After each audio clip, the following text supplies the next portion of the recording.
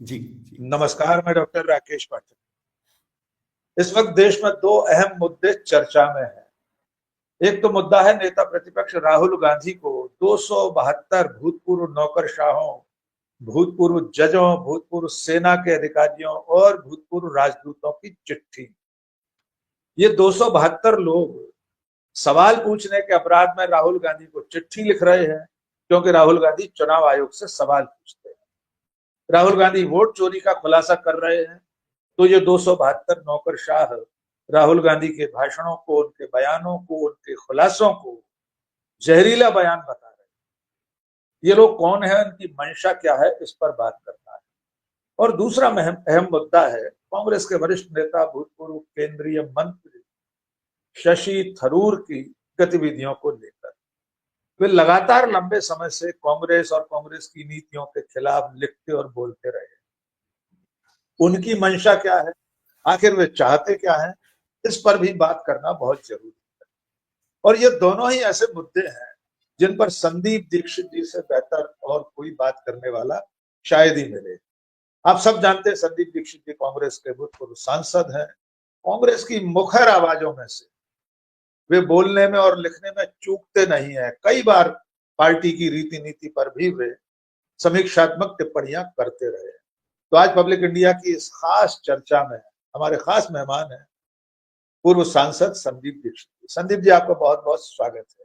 तो संदीप जी, जैसा कि मैं शुरुआत में आपसे कह रहा था कि 272 भूतपूर्व नौकरशाहों वगैरह ने राहुल गांधी को चिट्ठी लिखी है, इसके पीछे आपको क्या मंशा लग रही है? क्या ये सिर्फ चुनाव आयोग पर कवर फायर देने की कोशिश है, उसे बचाने की कोशिश है, या इसके पीछे सत्ता और सरकार का भी पूरा तंत्र काम कर रहा है? आखिर ये कैसे हो सकता है कि अलग अलग क्षेत्रों में काम करने वाले कुछ आईएएस हैं, आईपीएस हैं, सेना अधिकारी हैं, जजेस हैं, राजदूत हैं, इन सबको एकजाई करके, इनको इकट्ठा करके इनके दस्तखत कराए जा रहे हैं और फिर नेता प्रतिपक्ष को कटघरे में खड़ा किया जा रहा है। ये लिखा जा रहा है उस चिट्ठी में कि नेता प्रतिपक्ष जहरीले बयान दे रहे हैं। इसकी पूरी मीमांसा आपसे करवाना चाहते हैं। हम समझना चाहते हैं कि आखिर इसकी मंशा क्या है इस चिट्ठी। जी संदीप।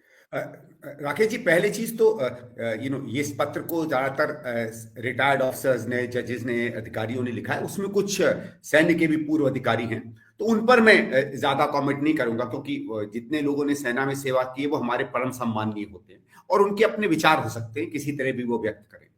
लेकिन जो बाकी प्रशासन के लोग हैं, इन पर मैं कभी कभी बड़े रोमांच से देखता हूं।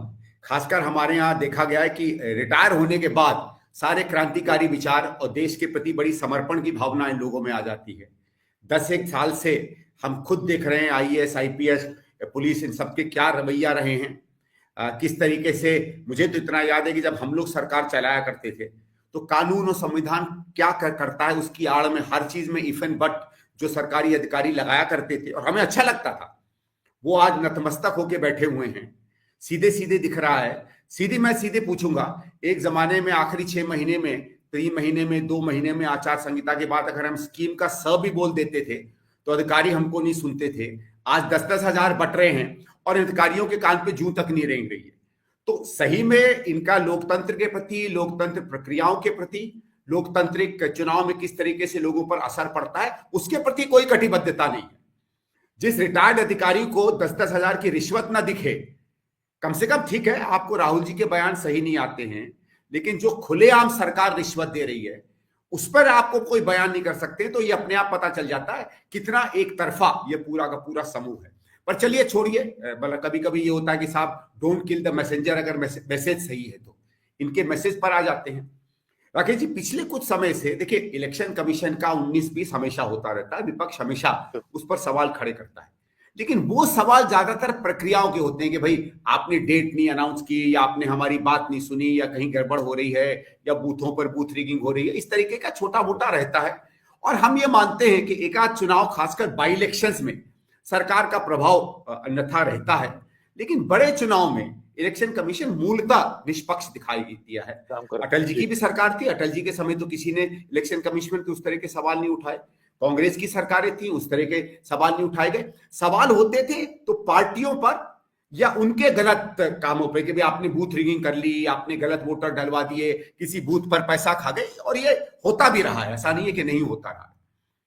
लेकिन ये आज कहना कि जब कुछ गंभीर सवाल सामने आते हैं, और मेरे ख्याल से पहली बार 70 या 75 साल के इतिहास में एक विपक्ष का नेता तथ्यों के साथ आता है, और वो तथ्य खतरनाक है, सामान्य नहीं है। मुझे आप कोई कहे कि राकेश जी यार 5,000 10,000 वोट जो है गलत आ गए, मैं कहूंगा साहब मतलब मजाक मत करो, ये तो कब से आते रहे हैं, इतनी हमारी कोई अच्छी सिस्टम नहीं है कि हम इतने लोगों को साफ कर सके। लेकिन जब 40-40 हजार वोट आ जाते हैं, जनवरी में चुनाव होता है तो 1 लाख वोट होते हैं, 3 से 4 महीने बाद चुनाव आता है तो 1.5 लाख वोट हो जाते हैं, और पता चलता है कि वो 50,000 जिस पार्टी को पहले 20,000 मिले थे उसे 70,000 मिल जाते हैं अगले चुनाव में। यानी जितने वोट बढ़ते हैं वो मैं ये नहीं कहूंगा 1 to 1, ये लगता है। तो इसमें सवाल तो बनता है ना, या तो हम सरकारी अधिकारियों की तरह फाइलों में शक्ल डाल के बैठ जाएं, जिस तरह ये अधिकारी अपने आप को बना रहे, उस तरीके की तो कम से कम हम लोग हैं नहीं। तो मुझे ब्राजील की मॉडल की तस्वीर लगी हरियाणा की सूची में, वो इन अधिकारियों को नहीं दिखी। इतनी चीजें इसमें आती हैं इन सवालों में, और मैं तो ये मानता हूं कि सरकारी अधिकारियों को आप और हम भी जानते हैं, एक भी उदाहरण अगर गलत हो तो पूरी की पूरी कभी कभी स्कीम ये लोग रोक देते हैं, एज IAS IPS। आपके चरित्र में एक भी काला धब्बा पड़ जाए तो वो पुलिस का अधिकारी आपको जेल भेज देता है। ये लोग बड़ी पिक्चर किस लिए नहीं देख पा रहे हैं, इसके पीछे आप और हम समझ सकते हैं क्या कहानी है क्या नहीं है। आज तक इन लोगों ने हम लोग, हमारे प्रधानमंत्री बांग्लादेश जाते हैं, हमारे प्रधानमंत्री और देशों में जाते हैं, पता चलता है उनके जाने के बाद किसी न किसी एक समूह को अच्छे से अच्छे वहां प्रोजेक्ट्स मिल जाते हैं, उसमें तो ये लोग विचलित नहीं होते। भाई आपने संविधान की कसम खाई है, संविधान आपके अंदर समाजवाद की बात करता है, कुछ तो एडहेरेंस होता, तो इन लोगों की मंशा वो अपने आप ही सामने सामने सिद्ध हो जाती है। और मुझे अब इसमें और शक इसलिए होने लगता है कि आप देखिए कल या परसों रामनाथ गोयनका अवार्ड में प्रधानमंत्री ने बहुत तीखी टिप्पणी की कांग्रेस पे, और मुझे किसी ने बताया, मैंने सुना नहीं है, मुझे करेक्ट करिएगा अगर मैं गलत कह रहा हूं, पर वो ये कहने लगे थे कि कुछ समय पहले माओवादी और मुस्लिम लीगी कांग्रेस में आने लगे और कांग्रेस एक तरीके से देश के लिए खतरा हो गई। तो ये भी वही भाषा है, और ये हमेशा पुराना रहा है कि जब फासिस्टवादी ताकतें आती हैं तो वो अपने सबसे प्रमुख, प्रबल और प्रभावी विपक्ष को किसी ना किसी तरह देशद्रोही दिखाने की कोशिश करती है। और एक बड़ी अच्छी रणनीति होती है, पहले आप राष्ट्र की परिभाषा बदल दो। देश की परिभाषा तो आप नहीं बदल सकते, क्योंकि देश और राष्ट्र में बहुत अंतर होता है, जिन्हें नहीं समझ में आता वो सब बीजेपी में है। तो राष्ट्र और देश की परिभाषा अलग अलग होती है, तो पहले राष्ट्र की परिभाषा बदलो, फिर जब वो परिभाषा बदलोगे तो स्वाभाविक है कि जिन्होंने उस राष्ट्र की एक दूसरी कल्पना, दूसरी परिभाषा में विश्वास रखा है, जिसका रेखांकन हमारा संविधान करता है, हमारे 50 साल का स्वर्णिम आजादी का आंदोलन करता है, ये धरोहर तो बात तो उसी से निकल कर आती है ना। जब उसके खिलाफ आप एक नया नरेशन, नया कहानी खड़ी कर देते हो, तो फिर उस मूल मापदंडों में आप और लोगों को राष्ट्रवादी या गैर राष्ट्रवादी बताने लगते हो। ये पुराना तरीका है, 7-8 साल ने वही किया कि अब हम सेक्युलर देश नहीं है, हम समाजवादी देश नहीं है, हम गरीबों के हित के देश नहीं है, तमाम चीजें उनको अच्छे अमली जामे में ये लोग पहनाना चाहेंगे। और एक और चीज होती है जो मुझे हमेशा लगता है कि हमेशा जब भी फासिस्टवादी ताकत आती है तो सबसे खुश हमारी रेगुलेटरी एजेंसीज होती है। इनकम टैक्स वालों की मौज, पुलिस वालों की मौज, अधिकारियों की मौज, जो आपके हमारे यहाँ रेड करते हैं उनकी मौज। क्योंकि उसमें क्या हो जाता है, फासिस्ट सरकारें जब अपने आप का सुरक्षा करती हैं तो अपने अधिकारियों की भी सुरक्षा करती है, तो ये लोग सब मौज में हैं। इसलिए इनके कोई बयानों को मैं गंभीरता से लेता हूं। लेकिन राकेश जी, मुझे अपनी लास्ट बात जो मैं कहना चाह रहा था कि इस पत्र से मुझे अब ये लग रहा है कि सरकार अपने आप को घिरी हुई पा रही है। और देखिए, जब सरकार घिरती है तो वोट ही नहीं है जो सरकार को घेरता है, सरकार सबसे पहले सच से घिरती है, क्योंकि उसे डर ये हो जाता है कि जिस दिन वो सच धरातल पर उतर गया तो बड़े बड़े फासिस्टवादियों के परखच्चे उड़ गए। और मैं परखच्चे राजनीतिक तौर से उड़ने की बात कर रहा हूं, मैं हिंसा का समर्थक नहीं। मैं इसलिए आपको मैं इसलिए कह रहा हूं क्योंकि ये 2 लाइन निकालकर ये लोग कुछ भी कह सकते हैं, कल को पता चला आप और मैं भी कहीं बैठे मिल रहे हैं एक दूसरे के साथ। इसलिए मैं चाह रहा था हम और आप कहीं भी हो, तो ना सतीश दीक्षित को कहीं और जी ना सतीश दीक्षित को चिंता है कहीं और होने की, ना हमें चिंता है, हम लोग तो तैयार हैं। लेकिन ये बात सही है, शब्दों का किस तरह दुरुपयोग कर लेते हैं जी। हाँ राकेश जी, मुझे इस चिट्ठी से एक तरीके से कंफर्मेशन लगता है कि जो बातें राहुल जी ने कही हैं जैसे अंग्रेजी में कहते हैं, दे आर हिटिंग होम। बिल्कुल बिल्कुल ठीक।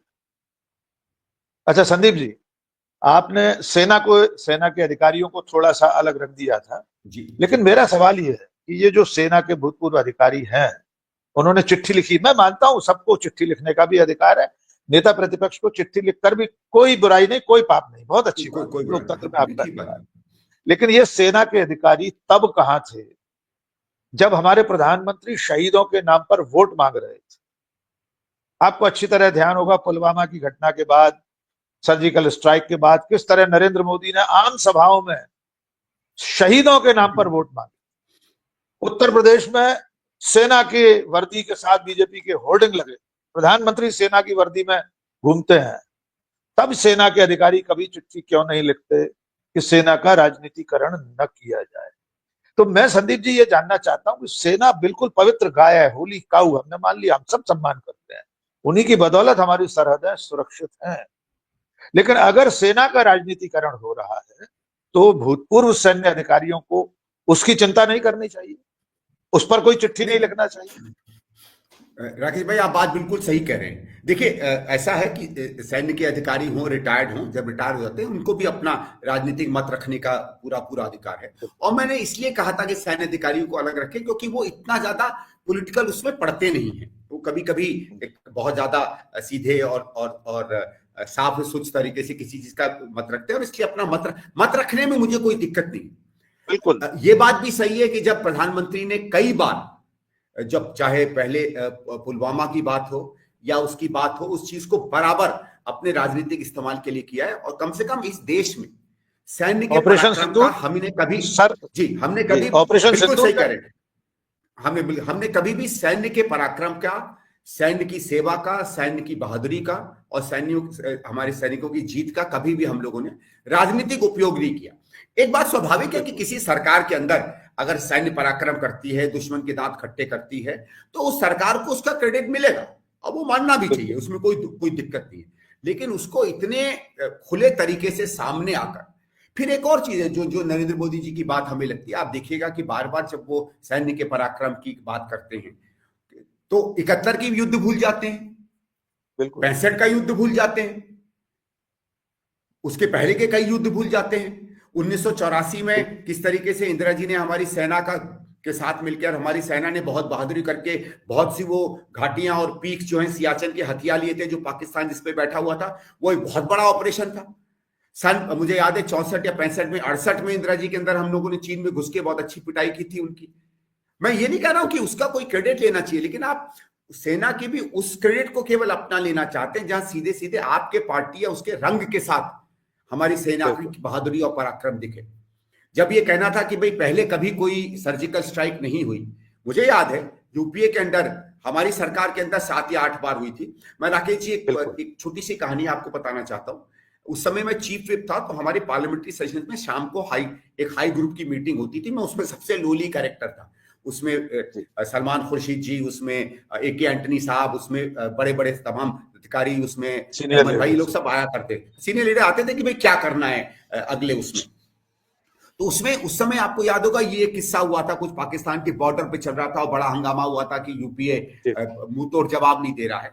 तो एक बार हताश होके मैंने ऐसे ही, सलमान खुर्शीदी विदेश मंत्री थे, उनके साथ चिदम्बरम साहब कोई खड़े थे, मैंने दोनों से जाके कहा कि सर आप लोग तो कुछ भी होंगे, हम लोग तो यंगस्टर्स हैं, हमें कुछ दिखाना पड़ेगा पाकिस्तान के खिलाफ, क्यों नहीं हम युद्ध करते। मैं जैसे एक उबाल में बोलता है।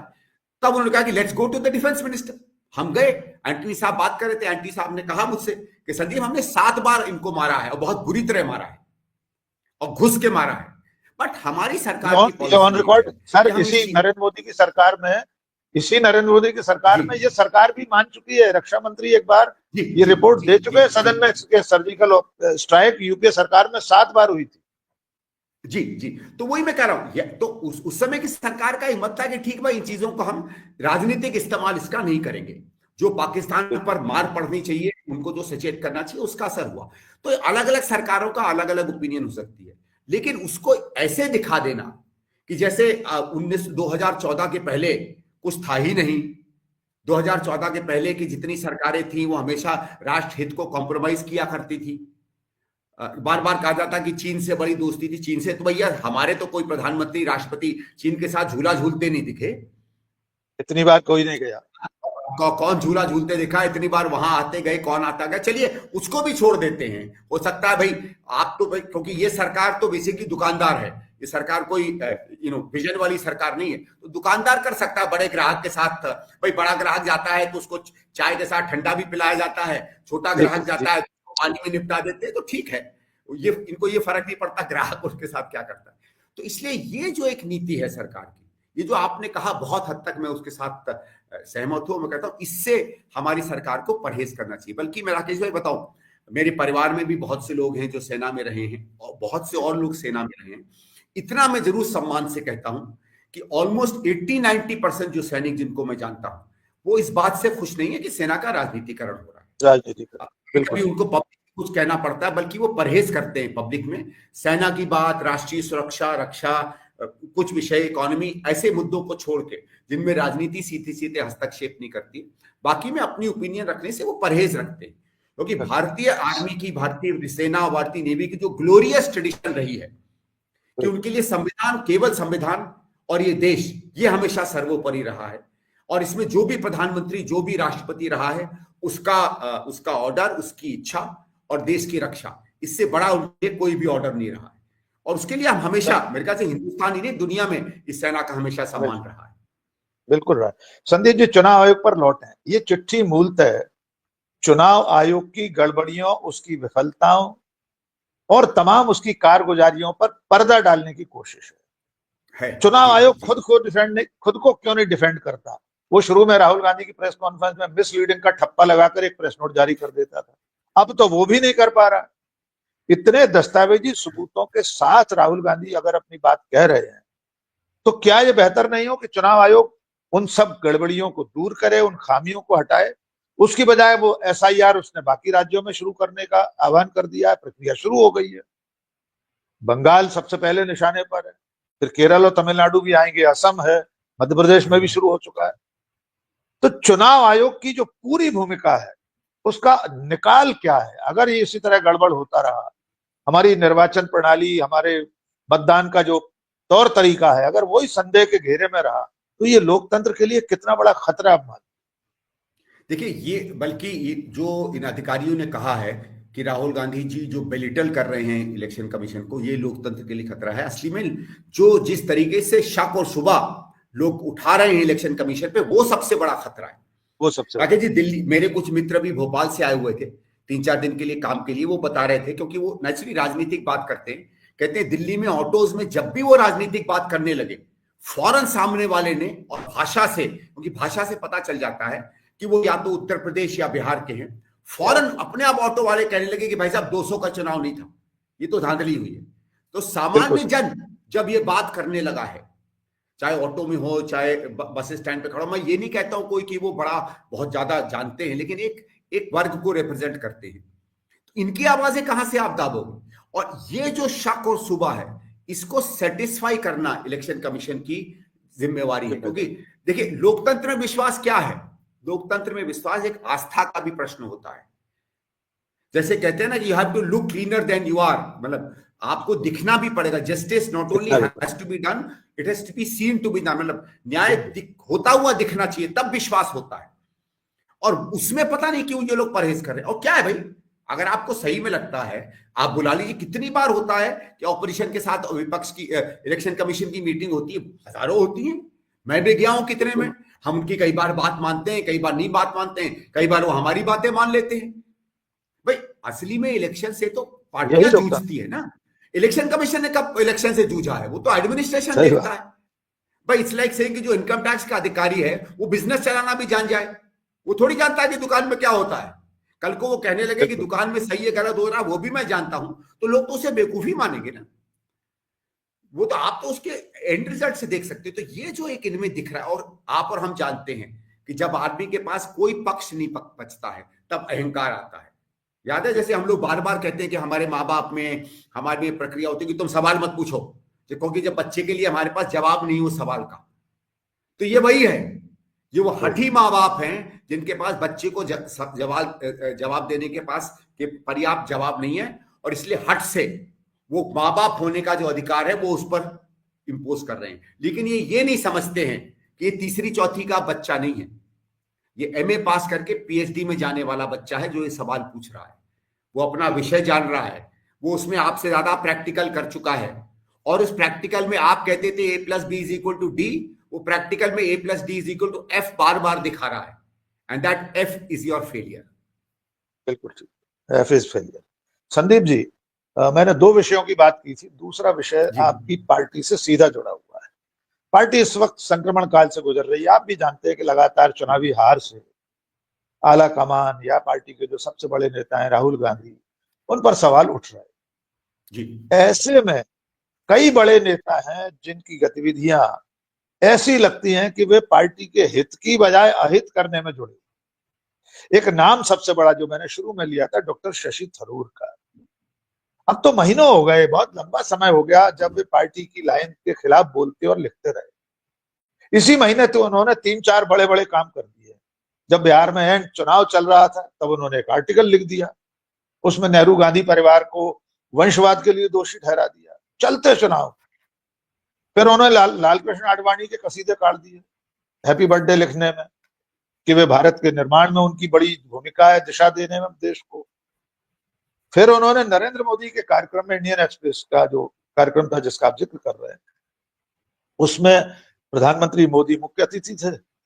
शशि थरूर उस कार्यक्रम की इस तरह से अपने एक्स पर सोशल मीडिया पर रिपोर्टिंग कर रहे हैं जैसे नरेंद्र मोदी के वे पीआरओ है, और उसमें लिख रहे हैं कि सांस्कृतिक दृष्टि दी है, एक आर्थिक दृष्टिकोण दिया है प्रधानमंत्री ने।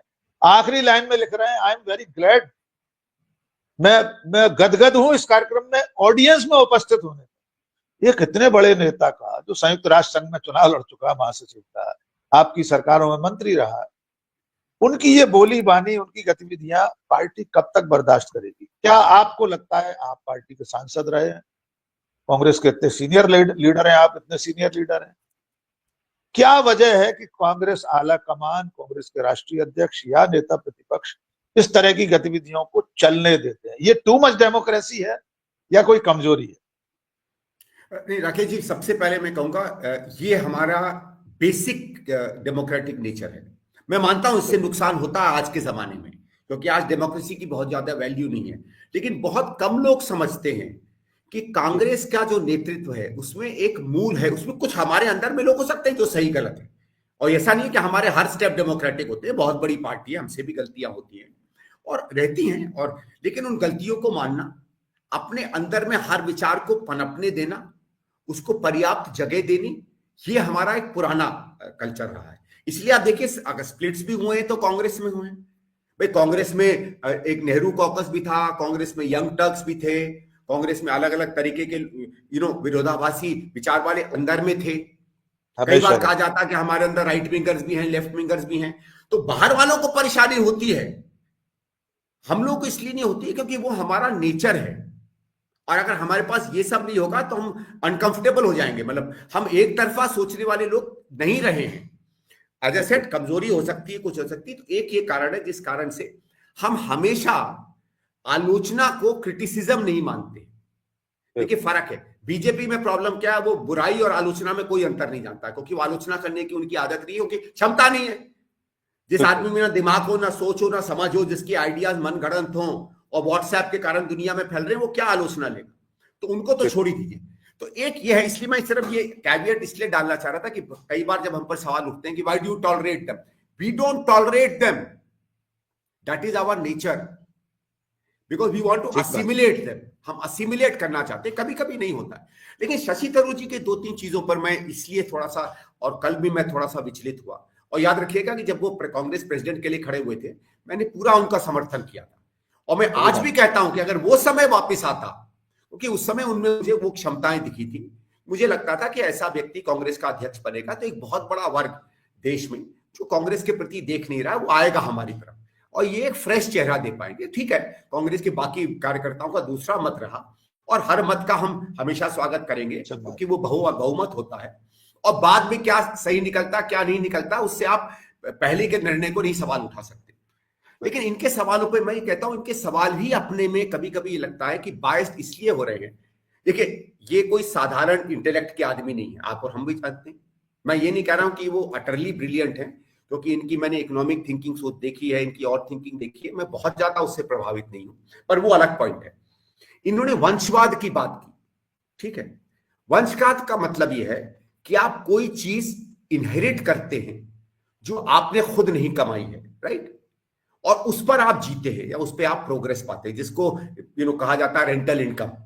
तो हम, जैसे मैं भी राजनीतिक परिवार से हूं, मेरी रेंटल इनकम रही है कि मैं 2 बार सांसद बन सका, आज कांग्रेस का नेता हूं, आपके सामने बैठा हूं। शायद मैं शीला जी का बेटा ना होता तो शायद ये मौका नहीं मिलता, और शायद मैं इस मंच पे नहीं होता या एक्स एमपी नहीं होता, मानता हूं। पर यह भी आपको मानना पड़ेगा कि कांग्रेस मूलतः एक समाजवादी विचारधारा की पार्टी है। तो अगर आप कांग्रेस में विचार करते हैं, तो फिर अगर वंशवाद का, फैमिली का पॉलिटिकल हेरिटेज सही चीज नहीं है, तो इकोनॉमिक हेरिटेज भी नहीं होना चाहिए। बिल्कुल। फिर मेरे पिता की संपत्ति भी मेरे पास नहीं आनी चाहिए, फिर मेरे पिता की जमीनें भी मेरे पास नहीं आनी चाहिए, फिर मेरे पिता का घर भी मेरे पास नहीं आना चाहिए। वो सार्वजनिक संपत्ति होकर सबके लिए खुला होना चाहिए, उस पर तो कभी सवाल नहीं करते। क्यों? क्योंकि वो उन वेस्टेड इंटरेस्ट को हर्ट करता है जिनके कंधों पर चढ़ के इनकी अंग्रेजियत चलती है। संदीप जी, जरा सा एक चीज जोड़ देना चाहता हूँ। संदीप, एक चीज जोड़ देना। देखिए, शशि थरूर जी ने जो आर्टिकल लिखा, उसमें उन्हें कांग्रेस का वंशवाद दिखा, समाजवादी पार्टी का दिखा, राजद का दिखा, दक्षिण की पार्टियों का दिखा। वे नरेंद्र मोदी की सरकार की तरफ देखना भूल गए। नरेंद्र मोदी के अपने मंत्रिमंडल में कितने वंशवादी सुपुत्र और सुपुत्रियां हैं? लोकसभा में कितने हैं? राकेश जी, हमारे यहाँ के भी बहुत वंशवादी वहां पहुंचे हुए हैं। वहां पहुंचे हुए हैं। हमारे ग्वालियर के महाराज ज्योतिरादित्य सिंधिया, कितने सारे लोग हैं, कितने। और राज्य के बहुत वंशवादी पहुंचे हुए हैं। मध्य प्रदेश की सरकार में, मोहन यादव की सरकार में कितने ऐसे लोग हैं जो अपने परिवारों की विरासत के चलते राजनीति में मंत्री और विधायक बने हुए। बस मैं इतना जोड़ना चाह रहा था आपसे, सीधे शशि थरूर के रुख पर बात। उसमें तो माहिर आ, तो मैं तो ये कह रहा था कि इसलिए अगर कोई माने कि ये इंटेलेक्चुअली अटैक कर रहे हैं वंशवाद को, तो ये नहीं कर रहे हैं, ये सेलेक्टिवली कर रहे हैं, which is I think for a man, उनकी इंटेलिजेंस के आदमी के लिए चीटिंग माना जाता है। फिर एक और बात कर लीजिए, जैसे इन्होंने कल आर्थिक नीति की तारीफ की और कहा सांस्कृतिक, ठीक है भाई, आपको लगता है उनकी अच्छी है, बहुत अच्छा बोलिए। लेकिन देखिए साहब, हम राजनीति में क्यों आते हैं राकेश भाई? राजनीति में हम इसलिए आते हैं क्योंकि हमको लगता है कि हम राजनीति के माध्यम से देश या समाज की सेवा करेंगे। सेवा तो बहुत जगहों से होती है, जर्नलिस्ट भी करते हैं, एक सफाई कर्मचारी भी करता है, पानी बांटने वाला भिश्ती भी करता है, सैनिक भी करता है, हर व्यक्ति करता है। ये कोई नहीं है कि आप कोई एमपी एमएलए होगा या कोई एक कंपीटिंग पेट्रियोटिज्म है कि कोई ज्यादा करता है सेवा। लेकिन जब आप आते हैं और जब आप एक पार्टी को चुनते हैं, तो आपके अंदर यह होना चाहिए कि पार्टी की जो विचारधारा है वही देश के हित में सबसे अच्छी विचारधारा है। वो एक प्रिंसिपल चीज होनी चाहिए पार्टी चुनने के लिए। खासकर कम से कम अगर आप अपने आप को इंटेलिजेंट मानते हैं, यूएन का मानते हैं, आप कहते हैं कि सच के और सच्ची सोच के साथ आप खड़े हैं, तो जो प्रधानमंत्री कांग्रेस की मूल सोच, उसकी सामाजिक सोच के बिल्कुल दक्षिण में खड़ा है, उसकी आर्थिक सोच के बिल्कुल विपरीत खड़ा है, और इतने तेजी से विपरीत खड़ा है कि उसको हम लोग कई बार विष की कैटेगरी में, मतलब पॉइजनस ऑलमोस्ट मान लेते हैं। मैं उस शब्द को एक लिमिटेड चीज में कॉन्टेक्स्ट करना चाह रहा हूं। तो फिर मेरा यह कि फिर आपकी कांग्रेस में जगह कहां है? अगर आप कांग्रेस के विचारों को गलत मानते हैं, हमारी नीतियों को गलत मानते हैं, तो कांग्रेस में क्या कर रहे हैं? राजनीति में रहिए, आपको लगता है राजनीति में, और कि आपको यह लगता है कि नरेंद्र मोदी की आर्थिक नीति, उसकी सांस्कृतिक नीति कांग्रेस की आर्थिक सोच और सामाजिक सोच से इस देश का बेहतर सेवा करेगी, तो फिर आपको उस सोच के साथ खड़ा होना चाहिए अगर आप इंटेलेक्चुअली ऑनेस्ट हैं। बिल्कुल, मेरा इन पे यह सवाल था। लेकिन संदीप भाई, लेकिन सर मेरा सीधा सवाल ये है कि इतना सब है, आपने कल भी बोला, हमने सुना, मैं तो साफ साफ आपसे पूछ रहा हूं, फिर ये पार्टी के भीतर अनुशासनहीनता क्यों नहीं माना जाता? पार्टी कोई एक्शन क्यों नहीं ले रही? क्या पार्टी इस बात से बच रही है कि अगर पार्टी उन्हें निकालेगी तो वे शहीद का दर्जा लेकर चले जाएंगे बीजेपी में? इसकी बजाय संदीप दीक्षित जी, राहुल गांधी, मल्लिकार्जुन खड़गे इंतजार कर रहे हैं कि शशि थरूर खुद ब खुद चले जाए। कहीं ये रणनीति तो नहीं है? नहीं, मैं तो कोई इतना बड़ा नहीं कि मैं कोई इंतजार करूं राकेश जी। नहीं, कांग्रेस की बात कर रहा हूं। क्या कर रहे हैं क्या नहीं कर रहे मैं नहीं जानता, लेकिन मुझे ये लगता है कि ये जो पिछले कुछ समय में इनके विचार सामने आए हैं, इसमें उनसे सवाल तो पूछना चाहिए या उनसे कहना चाहिए कि वो इस स्तर पर अपने आप को क्लैरिफाई करें। मेरे हिसाब से आर्थिक रूप से वो कभी कांग्रेसी नहीं थे।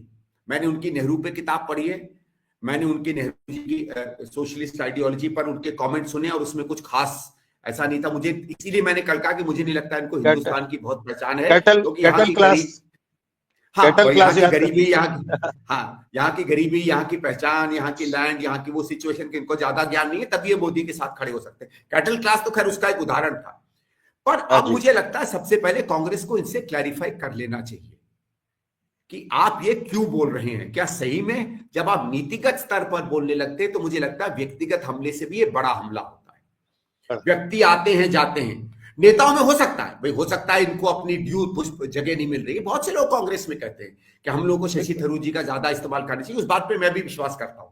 हो सकता है कांग्रेस के बड़े नेता मेरी इन बातों को ना पसंद करें, मेरी कई बातों को नहीं पसंद करते, मुझे लगता है उनका हमें ज्यादा इस्तेमाल करना चाहिए, तो वो अलग बात है। जो भी पार्टी के एसेट्स हैं, आर्टिकुलेट एसेट्स हैं, हमें यूज करना चाहिए। लेकिन जब इन चीजों पे आ जाती, आज अगर मैं कोई मुझसे कहे कि लेट्स यूज हिम, तो अब मैं इसलिए एक कदम पीछे रख लूंगा कि मैं किस तरह इस्तेमाल करूं उनका। जो आदमी आर्थिक रूप से ऐसी चीजों के बारे में सोचता है और उसको अच्छा मानता है, जो मुझे लगता है इस देश के अहित में है, जिसकी सांस्कृतिक सोच भारतीय जनता पार्टी के साथ खड़ी हुई है, मतलब इतने साल तक हमारे स्वतंत्रता सेनानी के योद्धा, हमारे क्रांतिकारी भगत सिंह जैसे लोग लड़ते रहे, उसके बिल्कुल विपरीत जाके आप खड़े हो जाते हैं।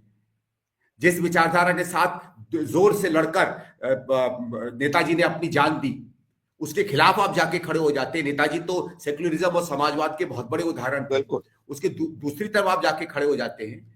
एक हाथ से आप गांधी जी का नाम लेते हैं, दूसरी तरफ से आप अडानी अंबानी की अर्थनीति के बारे में खड़े रहते हैं, तो फिर ये सवाल उनसे पूछने चाहिए। मेरे ख्याल से अब ये समय आ गया है, क्योंकि अगर राहुल जी बार बार कहते हैं, हमारी पार्टी कहती है कि विचारधारा की लड़ाई है, तो अब विचारधारा में इनसे सवाल पूछना चाहिए।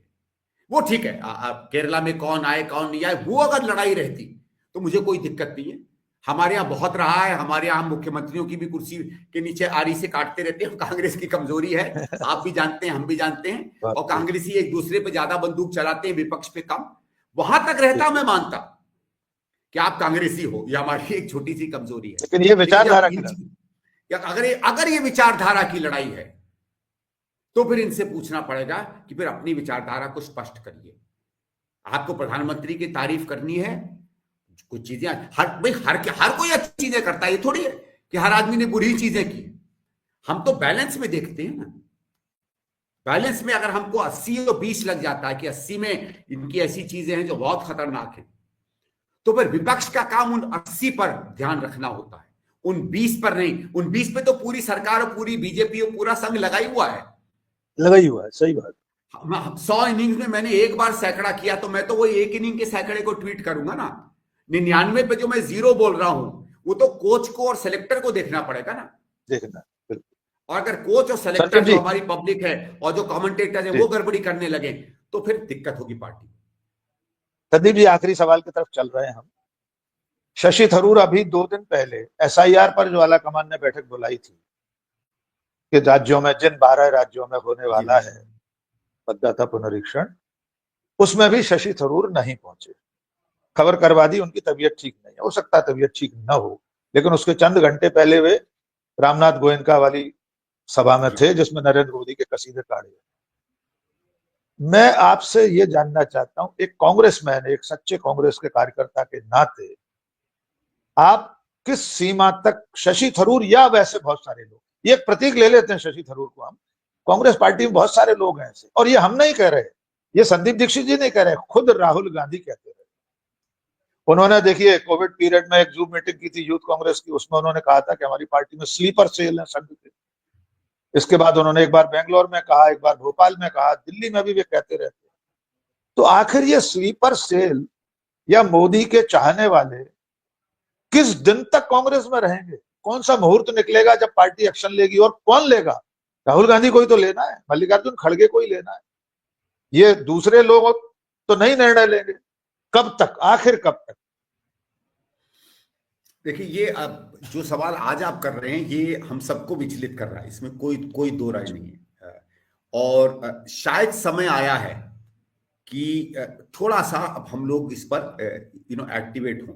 मैं ये नहीं कह रहा हूं बहुत ज्यादा, क्योंकि कभी कभी क्या होता है, व्यक्तिगत इनजस्टिस जो होता है, जब लगता है मुझे न्याय नहीं मिल रहा है और किसी ऐसे आदमी के कंधे पर पार्टी हाथ रख रही है जो मेरे से कम केपेबल है, उस समय की नाराजगी कभी कभी हम बयानबाजी कर देते हैं।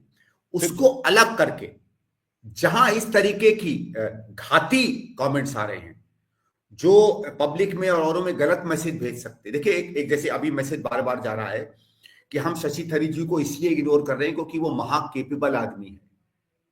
एक मैसेज जा रहा है, हमें इस बात को करेक्ट करना है कि वो केपेबल हो सकते हैं लेकिन हमारे विचारों के लिए नहीं।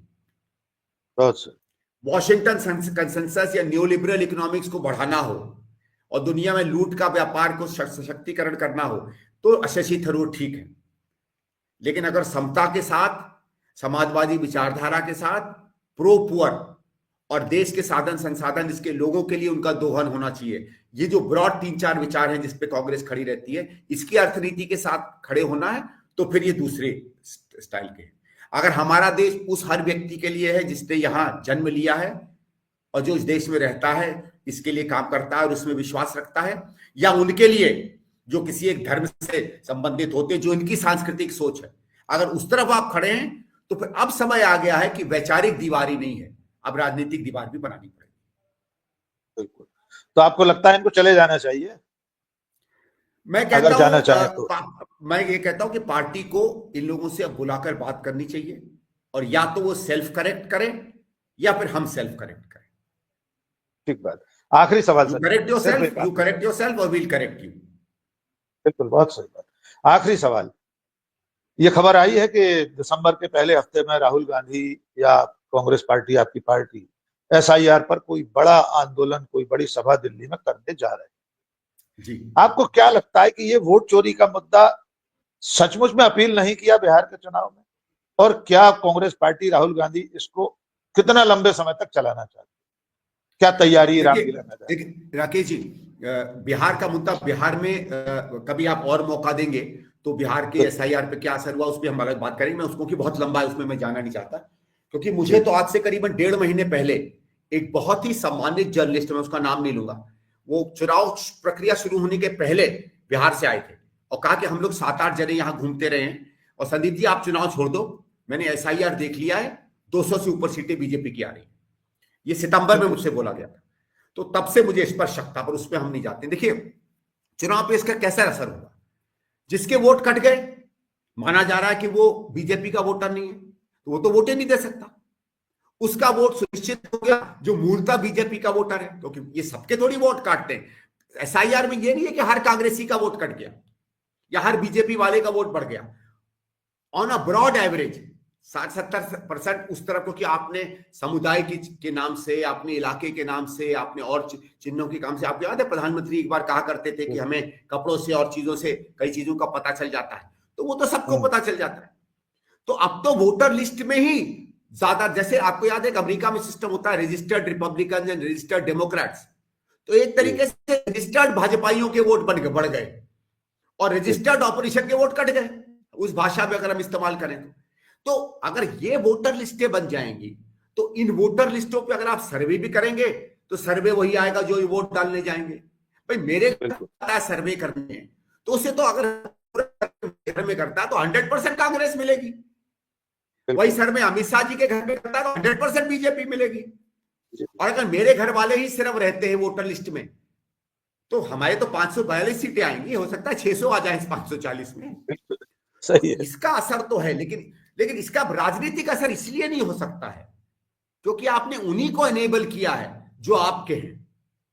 बिल्कुल, ये जो एनेबलिंग में ये जो रामलीला मैदान की जो तैयारी है बड़े आंदोलन की, उसकी आगे की कोई रूपरेखा बताना चाहेंगे? सर, मुझे ये लगता है कि राकेश भाई, मुझे मालूम नहीं उसकी क्या प्रिपरेशन है, मैं उस मामले में कांग्रेस की नीति वाले लोगों से दूर हूं, उतना पास नहीं हूं मैं, लेकिन मुझे ये लगता है कि हमको जो नरेशन पब्लिक में बनाना पड़ेगा कि एसआईआर का उनकी जिंदगी पे क्या असर पड़ रहा है। कि अगर सरकार बिना काम किए, अगर सरकार सिर्फ पैसा लुटाकर, अगर सरकार बिना गंभीर हुए चुनाव जीतती रहेगी तो एक दिन आएगा जब आपकी उसको जरूरत नहीं पड़ेगी। आपको समझना पड़ेगा, बहुत गंभीर। अगर उसने आपको, आपका विवेक खत्म कर दी और अमेजॉन और फ्लिपकार्ट जैसे लोग हो जाएंगे जो सामान खरीदते रहते हैं, कभी जरूरत का कभी जरूरत का, महीने के अंत में पता चलता है कि बटुआ खाली हो गया। और राजनीतिक रूप में जब बटुआ खाली हो जाएगा ना, तो वो फिर वो एक प्रोडक्ट का अपनी जिंदगी नीलाम कर देंगे। उस कंडीशन की तरफ हम जा रहे हैं, और ये पुराना रहा है। जो मतलब एक तरीके से माने कि जब आपने सिटीजन को वोटर भी नहीं ग्राहक बना दिया, तो इकोनॉमिक फ्रंट में तो ठीक है, राजनीतिक पटल पे अगर इंसान नागरिक ग्राहक बन जाए तो फिर ही देश चला सकता है। बिल्कुल, बहुत बेबाक टिप्पणी, सिंपल शब्दों में, सरल शब्दों में बताना पड़ेगा। बिल्कुल सही बात है।